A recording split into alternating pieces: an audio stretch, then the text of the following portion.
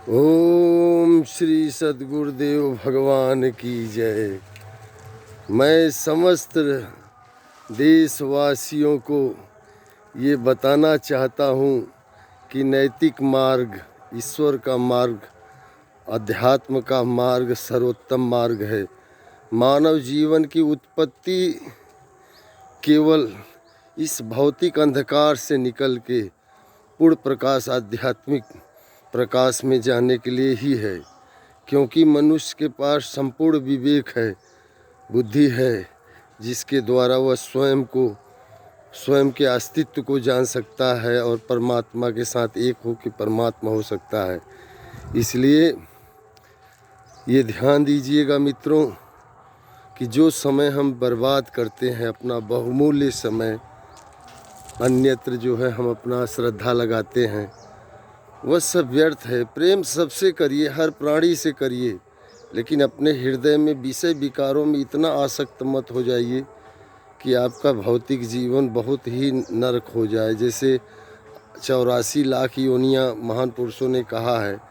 इसलिए ये मनुष्य तन मुक्ति का मार्ग बनाता है।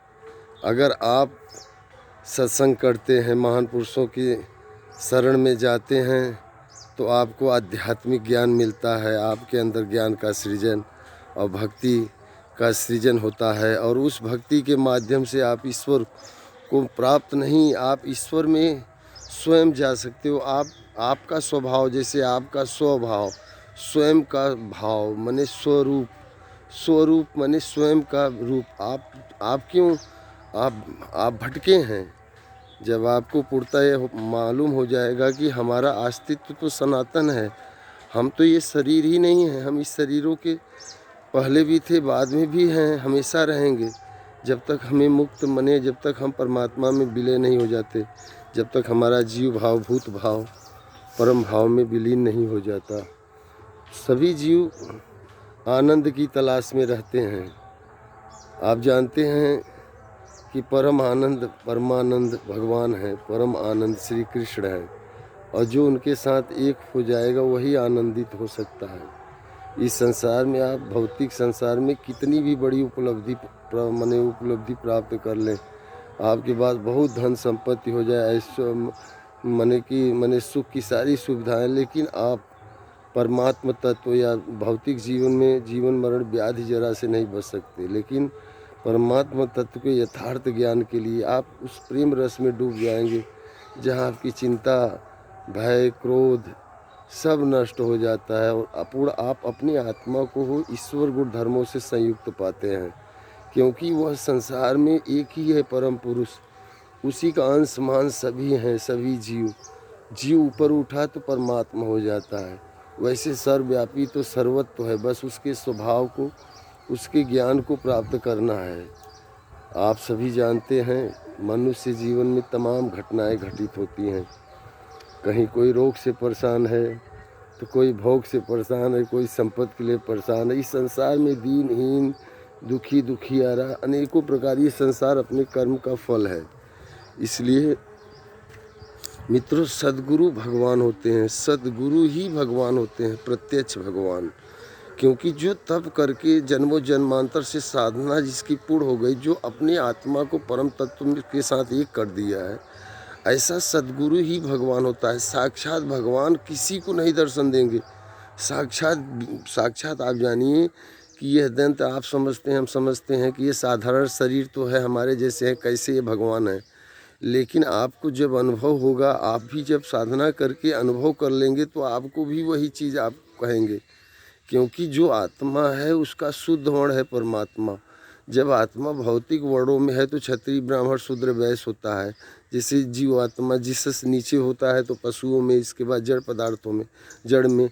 लेकिन आप बताइए, हमेशा ये आत्मा निम्न मने मन के अधीन, मन उसके प्रकाश का दोहन करता है। जैसे आत्मा की प्रकाश शक्ति का दोहन ये भौतिक माया करती है, प्रकृति तीन गुणमयी, उसके अधीन मन कार्य करता है। लेकिन जब मन इंद्रियां वश में हो गई, परमात्मिक हो गई, बुद्धि में एकदम ब्रह्म विद्या संयुक्त उस बुद्धि के मन के जरिए हम परमात्मा तत्व को अपने हृदय में ही अनुभव कर लेते हैं। वही सद्गुरु होता है। सद्गुरु की महिमा झूठे नहीं गाई गई है। मैं कोई बकवास नहीं कर रहा हूँ, मैं तो हर चीज़ का कटाक्ष करता हूँ।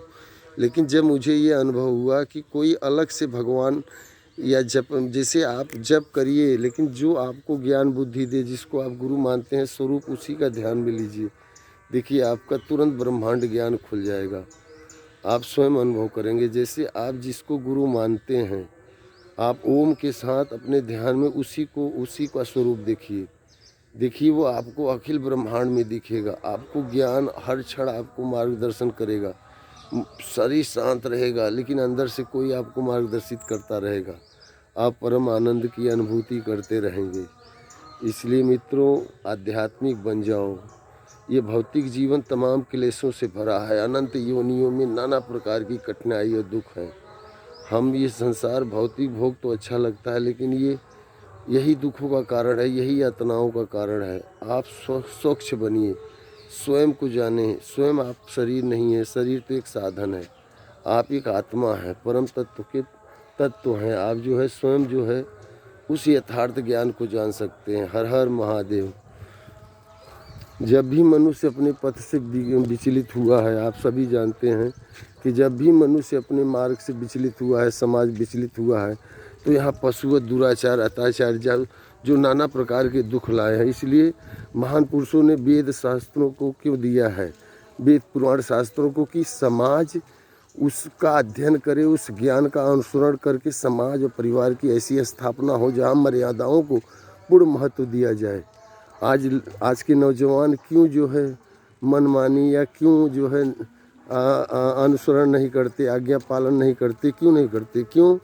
क्योंकि वो भौतिक में इतना लीन है, उनका संस्कार इतना दूषित हो जा रहा है, मानसिकता विचार की वो भौतिक संसार को ही सर्वज्ञ समझ रहे हैं। जब उन्हें ये ज्ञान कराया जाएगा कि इस भौतिक संसार के परे एक आध्यात्मिक संसार है जिसे सनातन कहते हैं, और तुम भी जो हो सनातन हो, शरीर नहीं हो, और सनातन ब्रह्म जो सर्वज्ञ हवा की तरह सर्वज्ञ सबको धारण किया हुआ है, उससे कोई अलग नहीं है।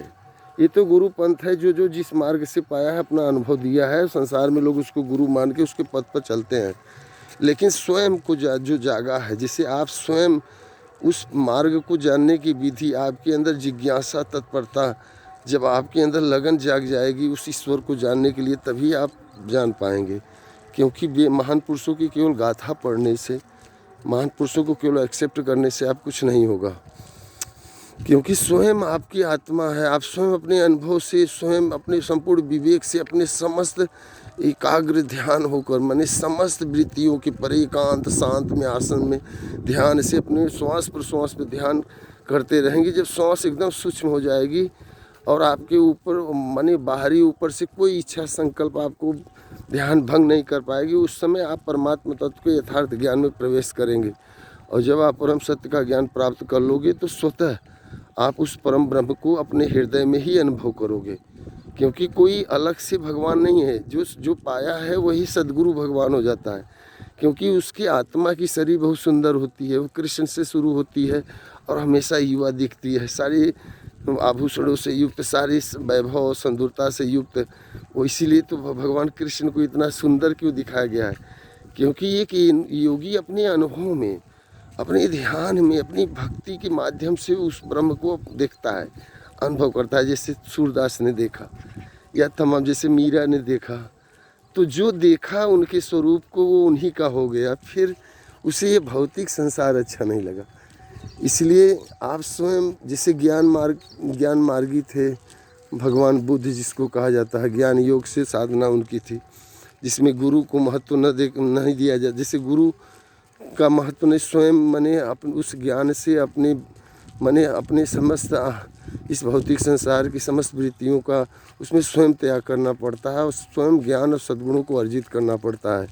वो जो समूल इस बंधन को काट के वो बुद्ध हो जाता है, जो स्वयं जाग जाता है। इसलिए आप स्वयं जागो, योगेश्वर हो सकते हो, क्योंकि तुम्हारी आत्मा एकदम नीचे स्तर पे जाएगी। निम्न स्तर पे पशु कीट पतंगा कहाँ कहाँ जीव जंतु होती जाएगी, लेकिन जब आप श्रेष्ठ हो जाएंगे तो आत्मा परमात्मा योगेश्वर होते जाएंगे। और जब आपकी समूल यात्रा समाप्त हो जाएगी तो आप उसी परम ब्रह्म में विलीन हो जाएंगे, स्वयं उसी भगवान कहलाएंगे, उसी भगवान के साथ।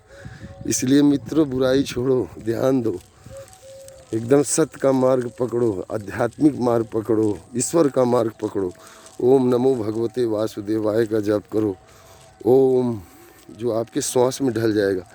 जब ध्वनि मिलने लगेगी तो आप केवल श्वास देखेंगे, ध्वनि केवल आपको सुनना है, बस सुनना भी नहीं, ध्वनि चलती रहेगी। इसी का नाम अजपा है। हर हर महादेव, जय सद्गुरुदेवाय। ओम नमः। स्वामी अड़गड़ानंद महाराज की जय। ओम।